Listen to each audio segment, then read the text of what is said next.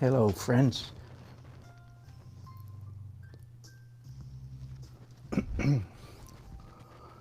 We are running. Good, good, good, good. I don't have a monitor yet, but that's all right. We'll get there just a second. There we go. Hello, my name's Dan. Whew, and boy, have I been missing. Wow, don't think that I'm not aware of that. I am. A couple things. Number one, haven't had any commissions. And mostly, I've been rebuilding my mothership website, dannelsonart.com. So if you go there today, you'll find it still under construction but functional. It's dannelsonart.com. And that's been quite the job. But I finally do have a commission here today, so I'm excited to get going. As I said, here's a small version. Here's almost actual 1-to-1 ratio. And then I do have printed out here, when I get down to details, a 1-to-1 ratio. All right. So oh wait, let's get legal first. This is Daily Art Adventure number 952. I'm really dragging up the 900s. Have you noticed? There's been the slowest spell in 3 years. Anyway, 952, 4-person portrait. Let's get started.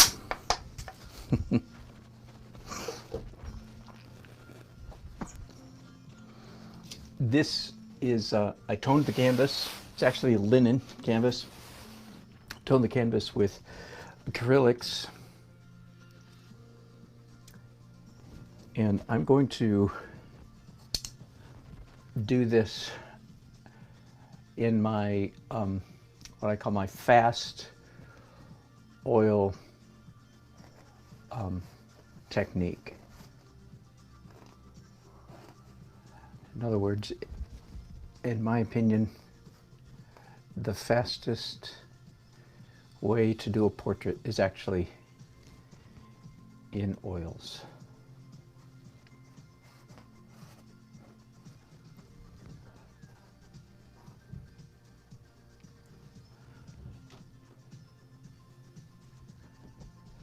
These are 3 great-grandmothers and their great-grandson.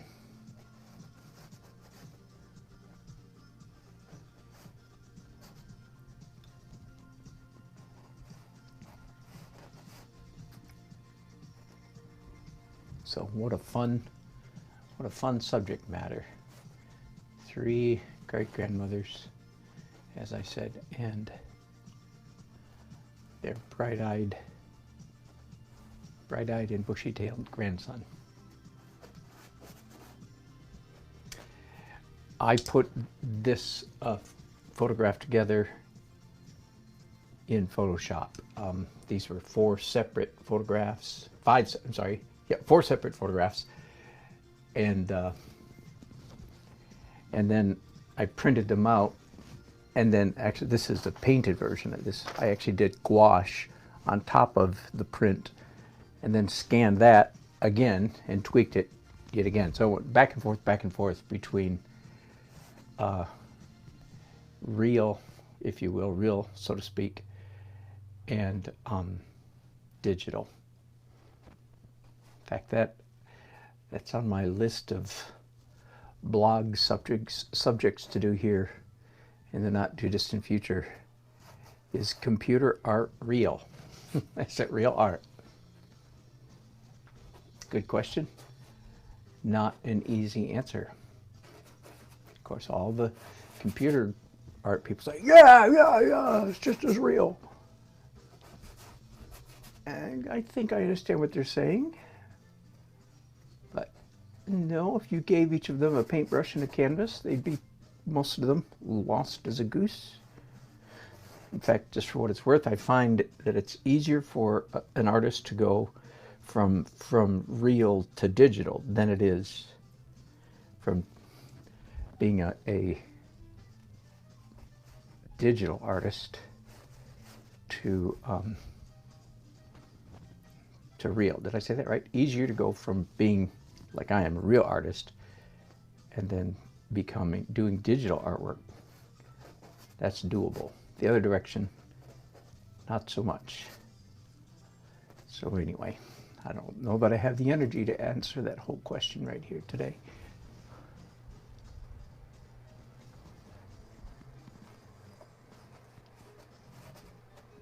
I will tell you that every time I start a portrait, hope springs eternal. I always hope that, this one, I says to myself, says I, this one, I'm going to get it right, man. I'm going to just nail this. I'm going to get a perfect likeness right off the bat. That's what I hope every single time. And you can ask me, how many times are my hopes dashed on the walks of reality? The answer is pretty often, pretty doggone often. But that's right. Best to start with hope and optimism. So I'm always excited when I start a new portrait. I don't usually talk about it because as if you watch my broadcast, my channel at all, you understand. Hello, Uncle. Good to see you again. Did you miss me? That's a silly thing to say, isn't it? Anyway, I missed y'all. So good to be back.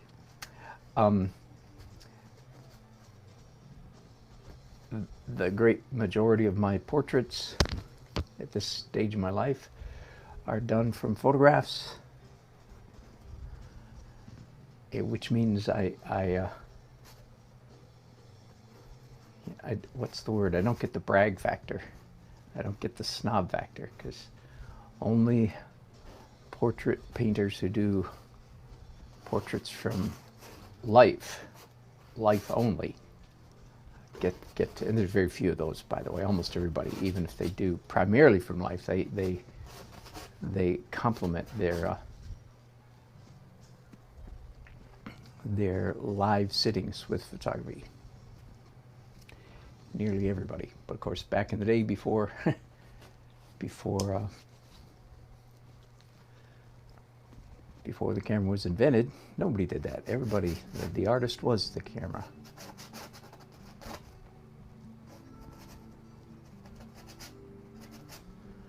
Now, there is one very distinct advantage. I meant to print something out. I failed to hit the last button. It'll come out in a minute. There's one distinct advantage to doing 4 portraits at one time. And this, by the way, is called 4 portraits. This is not one portrait. Non-artists often get troubled or confused by that. I'm charging this client for 4 portraits.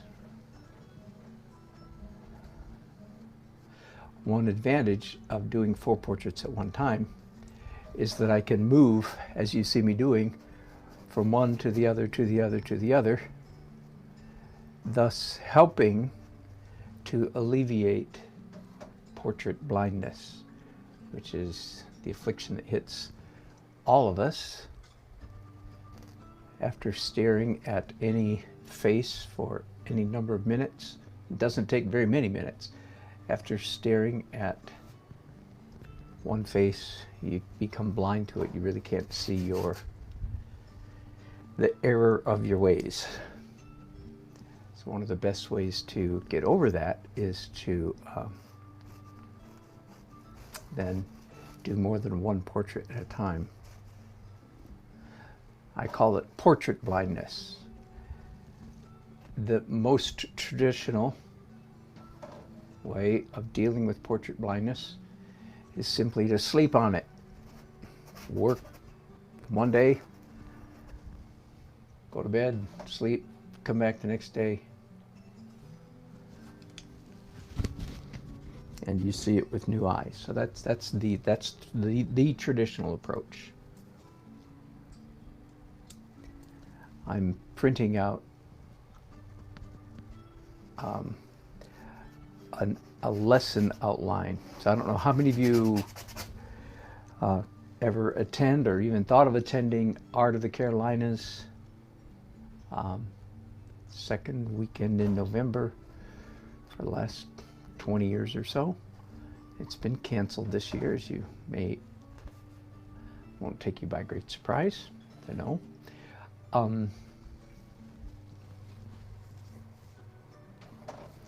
So all the lesson outlines used, I would think most of us will probably just use the preparation we did this week for next year. But in the meantime, I'll be sharing a good bit of what I was going to teach at AOC, Art of the Carolinas. I'll be sharing a good bit of what I was going to share with you here online. And one of the outlines that I'm printing right now, one of the classes I was going to teach was, I called it Portrait Painting for the Rest of Us. Tips and tricks for achieving a likeness, or what I used to call cheating. And still, that still slips out once in a while.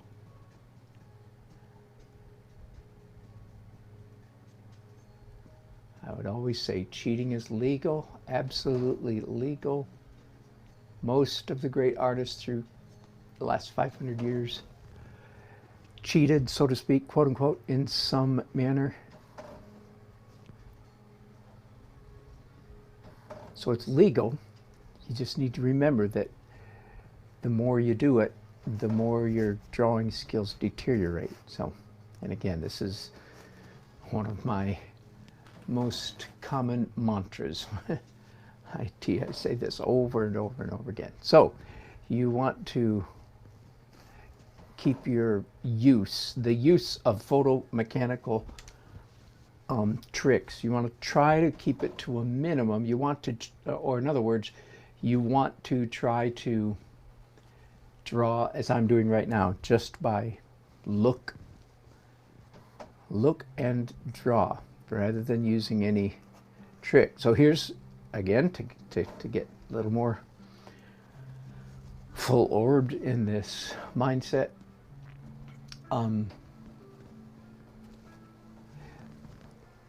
You draw first and cheat second. That way, you have already, by the time you get to the, again, what I'm calling cheating, the photomechanical tricks. When you get to the photomechanical tricks, you've already exercised your brain. You've already worked to try to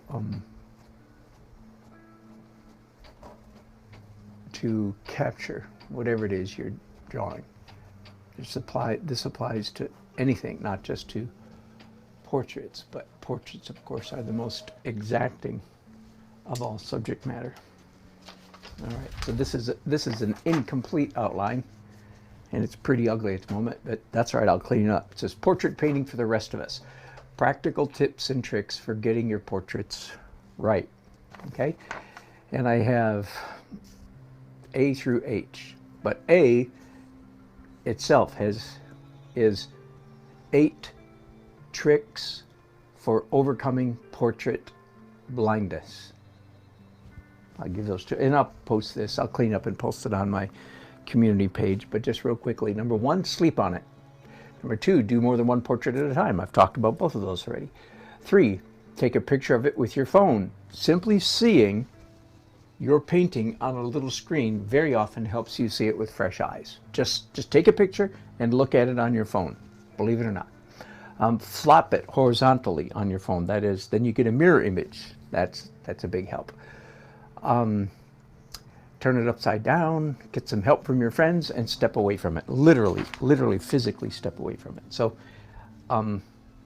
those are all tips and tricks. And as I said, I'll clean that document up a good bit, edit it a good bit, and post it on my community page so that none of you will have to wait all the way till next year to get the benefit of a little bit of work that I did.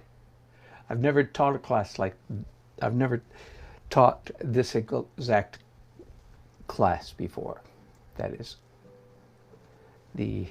specifically the tips and tricks of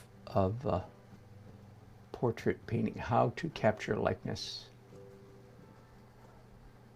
And again, let me reiterate, you draw first the best you can, just like I'm doing right here. Just, you know, like I always picture like a lawnmower, a chainsaw. Just turn it on and go for it. Don't overthink. Don't hum and haw and stutter and stammer and wait till you feel like everything's perfect. Just start the heck drawing. Just start making marks. I'm assuming that virtually every mark that I'm making right now in these early stages is wrong. Okay? I'm assuming that every mark is in some way erroneous. So you might ask, well, wouldn't it be a lot quicker then? Wouldn't you save time if you just went straight to like projecting, gridding, tracing, you name it? The answer is heck yeah. That's why most illustrators, which I was for many years and still do illustration occasionally, that's why illustrators are the biggest cheaters in the world, because I don't know if you know this or not, but a typical illustration life is the phone rings on one day. If it's an ad agency, especially if it's an ad agency online, they call you on one day and they need the artwork the very next day. They need it finished and delivered the very next day. It's very typical. Not always, but very, very, very typical. And sometimes, like what happened to me in years past, you know, they want a portrait of the bank president tomorrow. So under that kind of pressure, then, most of us illustrators, we rely very heavily on cheating, quote unquote, photomechanical tricks for achieving a likeness. So the answer is yes. Would it be quicker? Wouldn't it be faster just to go straight to, again, cheating, quote unquote? So am I making myself clear? The answer is absolutely. Well, then why don't you do that? Well, it's literally the fun. So for me, it is fun trying. It's fun exercising my brain. Now, don't get the impression that I always feel like, oh, I did such a good job. Oh, no. Most of the time, I fall somewhere between, I did a pretty good job, and, oh, I did a terrible job. Once I start, gridding, tracing, projecting, whatever it may be, then I discover all my mistakes, and I go, oh my goodness, when am I going to learn how to do this? Truly, that is how I feel. Now, there's something interesting going on here. Speaking of doing a bad job, I'm already doing a bad job. Because even though I'm beginning to see a likeness coming little by little, that one's the best. That's the second best. This is the worst so far. Even though I'm seeing a likeness beginning to emerge, the spaces between these people is not. I'm not capturing that at all. Something's really wrong. Which, by the way, brings up another subject. Hello, Michael. Excellent. Glad you're doing a portrait. We're doing it together. Good for you. So I've talked about this a little bit. Let's talk about it again. So part of the reason why I'm not getting the spaces in between the people, the women, correct. And I can see that's true, because this space right here is way too small. This is too small. This is all the spaces. That the reason is, number one, because I'm a bad drawer, quote unquote. So again, don't jump and say, oh no, you're a good drawer. Yeah, I know, I'm better than average. You know, I ain't no John Singer Sargent, right? But hang on, I've got a separate point to make. Part of the reason I've got clear mistakes, these spaces are too small. But here's what I wonder, and I'm not really sure about this. I honestly do wonder, that it happens so often.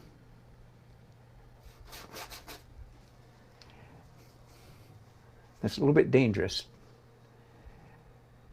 What I wonder is, however, and this is part of the reason, by the way, why I start without projecting, gridding most of the time. Projecting, gridding, tracing, so on. Because I'm painting here on this canvas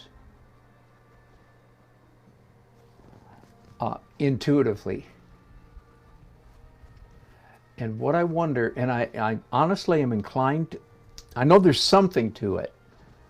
So in other words, besides the fact that I'm just messing up as a human being and not capturing all the dimensions correctly, besides that, I wonder, and I think that I might be intuitively improving on this. And so that you understand it. So that would be a real easy, I could just be rationalizing and saying, well, I screwed up, and then I cover over it by saying, yeah, but it's better. That could be. But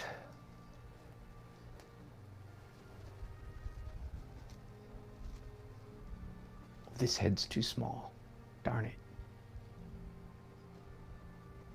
Hang on. By the way, doing more than one portrait on one canvas is exponentially more difficult, because doing each face, what's the primary concern when you're doing a portrait? The answer is proportion. Distance between the eyes, nose, mouth, ears, forehead, chin, cheek, etc. It's all about proportions. And that's hard. That's the hard part of portraits. But when you put more than one face, now we have all of these proportions and all of these proportions in proportion to each other. So it really does get complicated. And like right now, that irritates me a little bit, because I feel like this is the one face that I'm the closest to a likeness on, and yet it feels a tiny bit too small. Either that. Nope, I'm going to change it. I'm going to keep that one. All right, now I interrupted myself. Let me go back a little bit. I think it is, and this pertains not just to portraiture, but to a lot of stuff. Like when I do cityscapes, I discovered years ago that I have a tendency, a very consistent tendency, to squeeze my buildings and make them narrower and taller. And again, that's partly because I'm a human being who screws up. That's partly because I just mess up. But it's also partly because, and I am quite sure about this, because buildings look better when they're squeezed. So there you go. And I think what is happening here, honestly, I think me taking some of this empty space out from between is truly making a better painting. So what I'm sure is the case is I'm making all of these heads too big. So to be more accurate, I should shrink all of them slightly. But having said that, I'm going, yeah, but I think it looks better to blow up the heads. And of course, then I just to make sure that all the anatomy, I can fit these women. So it doesn't look like their body is miniature. And that won't be too hard. I think I can do that. Anyway, so there you go. A little bit of rationalization and a little bit of explanation. I think very often the quote unquote the mistakes that I make, at least,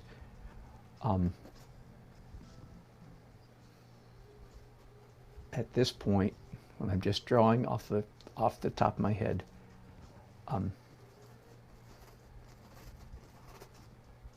actually makes for a better painting.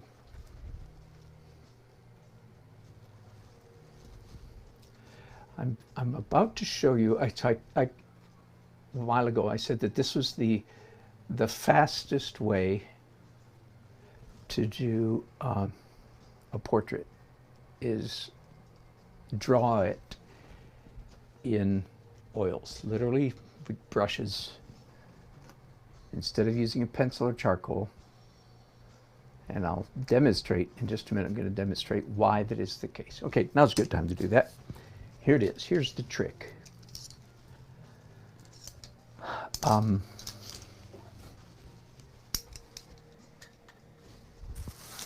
a rag. There we go. Hello, Paula Hayes. Hello, Monique. It's a little bit late, I know.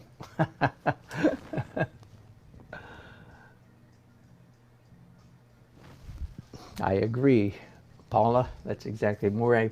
Now, I will use later in the process, as those of you regulars know, I will use every trick in the book.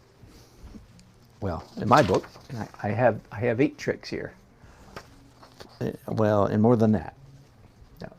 All right.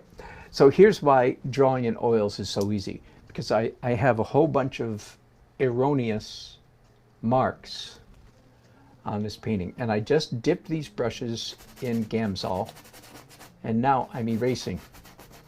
And not only am I erasing, but I'm spreading out the brown, dark brown paint. That the erroneous marks are getting smeared. Can you see this? And I'm already, just by smearing this paint around, I'm getting a very faint painterly roundness. So I'm accomplishing 2 things at the same time. One is I am erasing, quote unquote, the mistakes, and the other is I'm already beginning to paint, so to speak, make the painting look like a painting, make the faces look like they have a rounded effect. So cool, huh? So like, see, I redrew this woman's mouth. It was down here, and then I moved it up over 1/4 of an inch. So I'm going to go in here and just erase, smear that brown paint that was there. And if I need to, I can take a rag. So this right there, what you see me doing right here, is simply, that's what makes drawing in oil the fastest technique I know of, the fastest technique I use anyway, for achieving a likeness.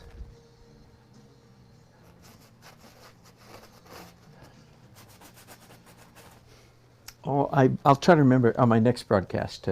I have a couple unfinished old portraits around here somewhere, here and there, and I'll try to find one and show you what they look like at various stages of completion, or incompletion, if you will, because that in fact might be one of the other things I'm erasing right now in this stage. If you see this is the one that's most obvious. See, that was my longitudinal line, latitude, longitude. I did that on every single face. I had that grid. That's one of the most ubiquitous, universal tricks in the whole world for capturing a face, is draw that longitude and latitude lines, and I'm erasing those right now. So I have a little bit of paint on the brushes, just wipe it off. So now they're fairly clean. By the way, I'm putting Gamsol and Liquin on my brushes, both, to do this erasing.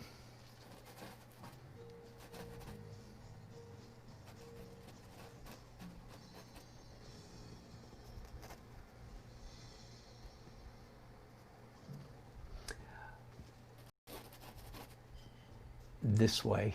Well, number one, my old joke, people use my name and John Singer Sargent's name in the same sentence all the time. This is a joke. Of course, the sentence is, he sure ain't no John Singer Sargent. Okay, sorry. A feeble-minded man keeps laughing at the same joke over and over. There you go. Anyway, I describe my portrait painting prowess this way,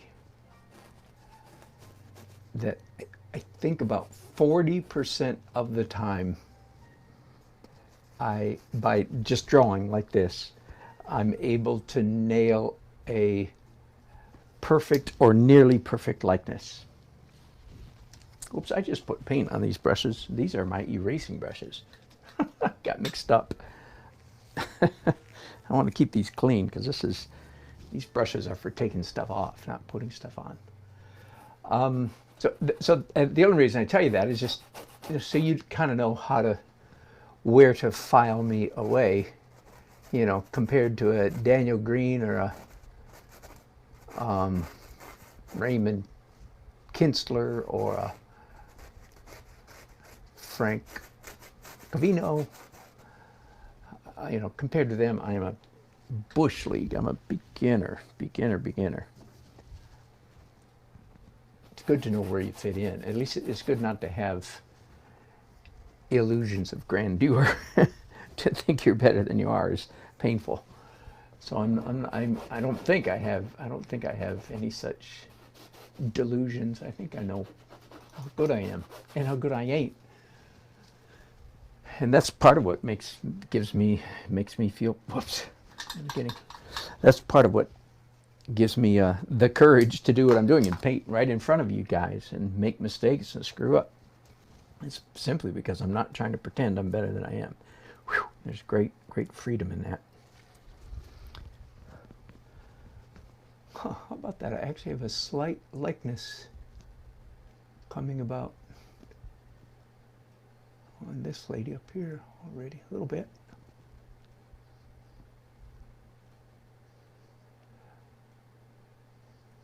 Again, just not to be horribly self-absorbed, but just so I want you to be able to, so to speak, pigeonhole me in the right pigeonhole, so that you can derive the most benefit from watching me.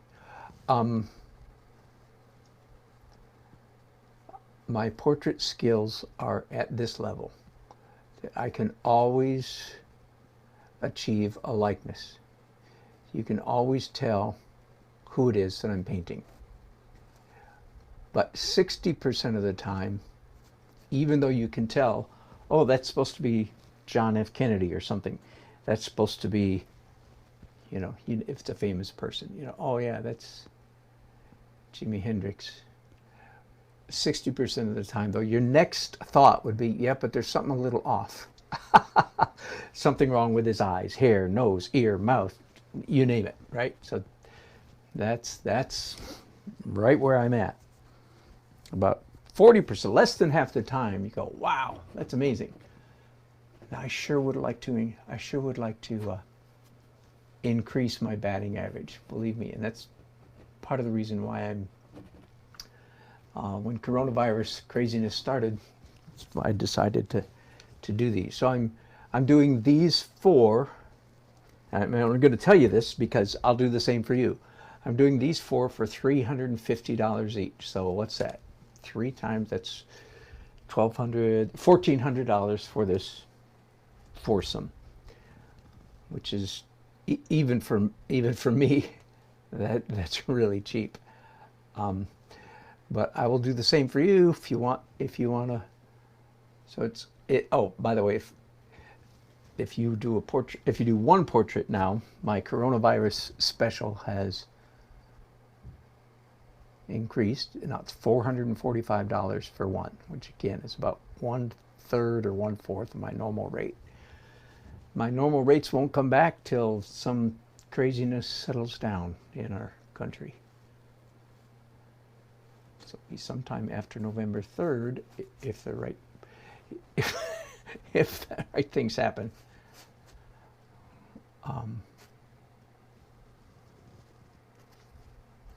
So if you want me to do a portrait of you, send me a good photograph, as good as you got, and we'll try to make the best of it. Fair enough? I forget what the count is now. When I finish these, I think it will be 34 portraits that I've done since the middle of March. So that makes me happy. It's like, dang, I've been pretty. It's not by any means the only thing I've done, but I've done a fair amount of work. Let's see who else is saying. Hello, Nicholas. Good to see you. Hello, Wanda. Good to have you guys watching. I mentioned earlier I've been very missing for 2 weeks. I didn't do a single broadcast. That might be the longest break I've ever had. I was working on my website. I didn't have any commissions. And I was working on my website, dannelsonart.com. So if you want to, it's not, I'm still tweaking it, but it's up and running if you want to see. If you haven't been there. So I just counted this morning on the paintings page. I have I think it's 10 different galleries, little windows that the paintings scroll by, or you can click on it and scroll by. Anyway, on that page alone, I have 720 paintings, or 720 images. So about 720 paintings. And then the next page is going to be illustrations, and I'll have nearly that many. That is very unusual. Most artists do not, and they're probably wise business people. It's probably like most artist websites have 20 or 30 or 40 paintings, and I have over 1,500. I say on my website, why do I have so many? On my website, I said, I've been working on it. So I said, it's because I'm old. I've been an artist for a long time, and I want my mom to know I've been busy. So there. That's why I have so many.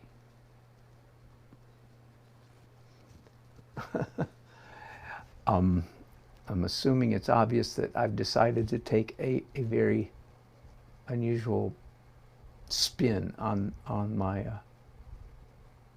my philosophy of website. It's a portfolio. It's a retrospective, what do you call it? Show. It's my life's work. So it has over 1,500 pieces of art on it. I'm still tweaking it, and there's things I'm not thrilled with yet. But again, part of the reason too is because I'm teaching right here on my channel all the time, and you'll hear me say often, so if you want to see an example of this or that of my work, go to dannelsonart.com, click on illustration, click on airbrush illustration, and so on. So that's part of the reason that I have so much artwork on my website, because it's actually a part of my teaching strategy. If I talk about how I do this or that or thus and so, then I want you to be able to see how I do it. Okay? That's what it's for. Anyway, that's what I've been doing for 2 weeks. Oh my goodness. I've been dreading it for a long time. The reason I had to redo it, by the way, is because the old application that I think I started building it in 2006, and the application that I used is so out of date that I can't edit it anymore. I can't do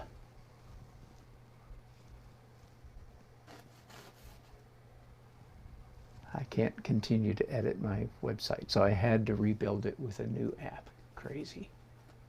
Part of the pain of being living in this digital age. Paint and post, paint and post, paint and post. That's a big part of what it's like to be an artist in this era. Paint and post, paint and post. Of course, in my case, it's paint while broadcasting, and then post. Paint, broadcast, and post.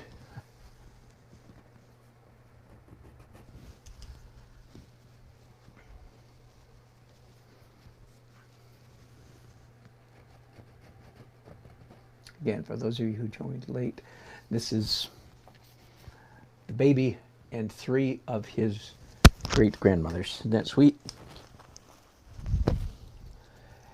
And I'm just about to end this broadcast.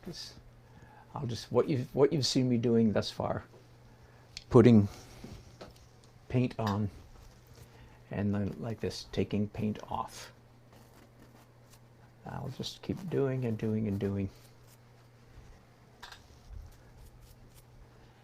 And everything on the canvas so far, of course, is transparent.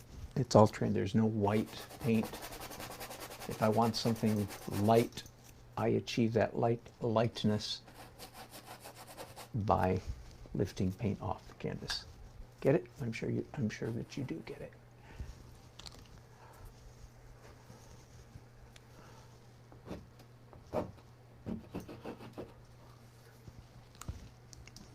Later on in the process, I'll begin introducing actual paint, that is opaque shades, colors, and so forth. But that's quite a while from now. I won't do that. I won't begin painting until I'm pretty confident that I have a near perfect likeness on all 4 faces. And I don't know of any way to accomplish that other than just the proverbial the proverbial keep your nose to the grindstone. Just keep working. Just keep working. So once again, there are certainly people that can do this much more quickly than I can. I envy them. If they're that much better than I am, which they are, mostly, why are they better? The answer is because they've done hundreds or perhaps thousands of more portraits than I have. That's why they're better. If I'm better than you, that's probably why. Because I've screwed up more than you. It's another way to put it. Because I've messed up more than you. That's why I'm better than you. If I am talking to those of you who would say, ooh, he's better than me. That's why. And I'm quite sure that's the case, at least in most cases. There's some, genius or savant people around, of course, who don't have to struggle the way I do. But most of us live on the same planet. If you're good at it, it's because you worked longer and harder at it.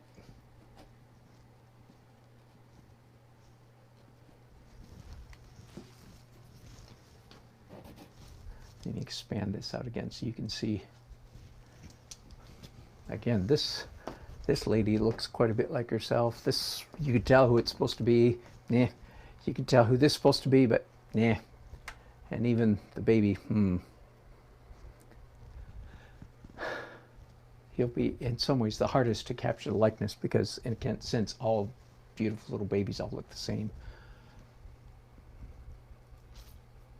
But I think I'll end that in this broadcast here. One of the things I want to do is step away from this for a few minutes, which is, of course, one of the tricks for achieving a likeness, is just step away from it for a minute. Even less than a minute, just back up. So I haven't done that yet. I will do so in a few minutes. All right. Hello, I said. Michael, what do I use for filming and broadcasting? Ooh, good question. Okay, I'll answer that real quickly before I go. I use this thing called a Mevo camera, and I have two of them, and I'm about to order my third. It looks like this, and it's essentially a wide-angle camera that I control from my phone. Whoops, let's see if I hang on just a second. So I don't think I've ever given a tour quite like this. All right, so there's you're looking through the other camera, and there's wide angle, and there's telephoto, so to speak. Does that make sense? So wide angle, see it getting wide on my screen right there? Wide, narrow. So that's how I do that. Then here's the even more expensive part, is a Sennheiser. I wasted money early in this process buying an inexpensive microphone. That was a mistake. And that, of course, goes to my pocket to the microphone here, microphone to my pocket to that receiver to the telephone.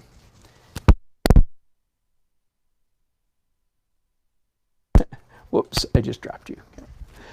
And then even for the phone, you have to have a special connector. You can't plug this straight into your phone. It doesn't work. You need this adapter. You discover that very quickly. I discovered that very quickly. And then I have down here to your left, I have an iPad that I use as a monitor. So this is what you guys are seeing, and here's the comments. So that's been a big help to have that that iPad as monitor. Now, sometime when I'm downstairs where my signal is stronger, by the way, the next thing I'm going to buy is a signal booster. And when I'm downstairs, I can broadcast on both Facebook and YouTube at the same time. And when I do that, I use two cameras, two phones for controllers, and an iPad and a phone. So I have three phones in operation when I broadcast on, because one controller for the one camera, another controller for the other camera, and then one phone is a monitor and an iPad is a monitor. And the sound gets very complicated because I have to actually run sound from one camera directly into the other, blah, blah, blah. Oh, and then finally, I have, and I just bought these, commercial time, Raycon. You might see these advertised. I'm thrilled. So I have an in-ear monitor, which is quite important. Again, learned all this the hard way. Because if I don't have an in-ear monitor, and suddenly my sound goes blank. So I'm actually hearing myself about a 1.5 second delay. Everything I say, I hear myself say it. And that's, I think just practice has gotten me so I can ignore it pretty much and just talk normally most of the time. Anyway, I think that's most of it. Then, of course, everything's power's plugged in because otherwise the cameras die. Anyway, hope that's interesting, Michael. There are many ways, different ways to do it, and I'm open to upgrading. In fact, the next time, besides a signal booster downstairs by my Wi-Fi router is another Mevo camera, an upgrade, and that's coming soon too. All right, thanks y'all for watching. Appreciate it. Thanks for your company. And I'm actually going to lower this a little bit and sit on my stool over there because my legs are getting tired. And I'll just continue. If I find myself doing something exciting, I will certainly bring you in and start broadcasting again. All right? Otherwise, at least I hope to broadcast by tomorrow. Okay, thanks for watching. Bye-bye.